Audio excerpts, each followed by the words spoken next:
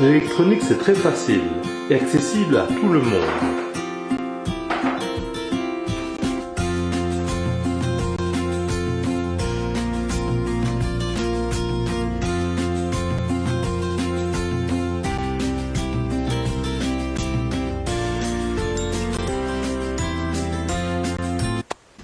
Bonjour et bienvenue sur cette vidéo. Aujourd'hui, nous allons voir le transformateur. Le transformateur, vous en voyez un peu partout. Pour charger votre téléphone portable, par exemple, l'alimentation de votre TV, qu'on porte aussi un transformateur, votre radio, etc.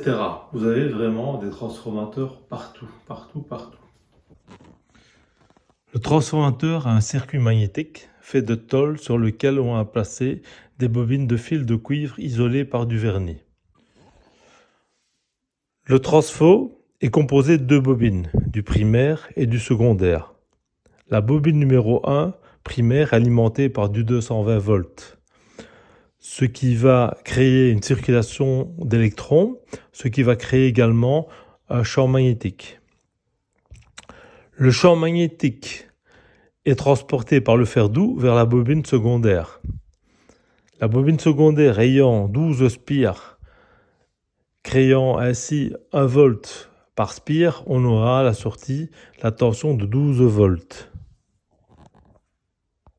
Le primaire du transformateur qui se trouve ici à gauche sur les deux fils rouges et le secondaire qui se trouve ici. Donc je vous rappelle, le primaire est alimenté au réseau, en l'occurrence ici du 220 volts. J'ai mis un câble avec une fiche que je vais brancher sur le réseau, donc de 220 volts. Il faut faire attention qu'il y a un risque d'électrocution. Donc ça peut aller jusque la mort, l'électrocution. Donc soyez bien prudents. Une fois que je vais brancher, je ne toucherai plus au raccord de lustre qui se trouve ici. Voilà, je vais brancher. Je vais à l'aide de mon multimètre tester la tension de l'alimentation du transfo. Donc je vais mettre ici sur alternatif.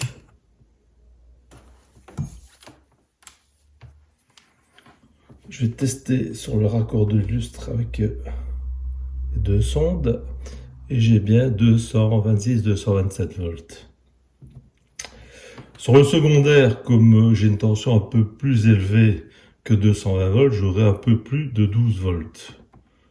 Je vais tester également et j'ai 12 volts 43.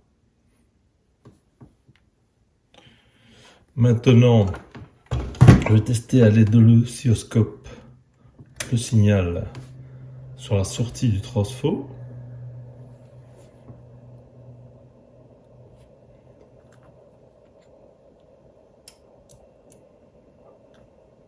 Voilà.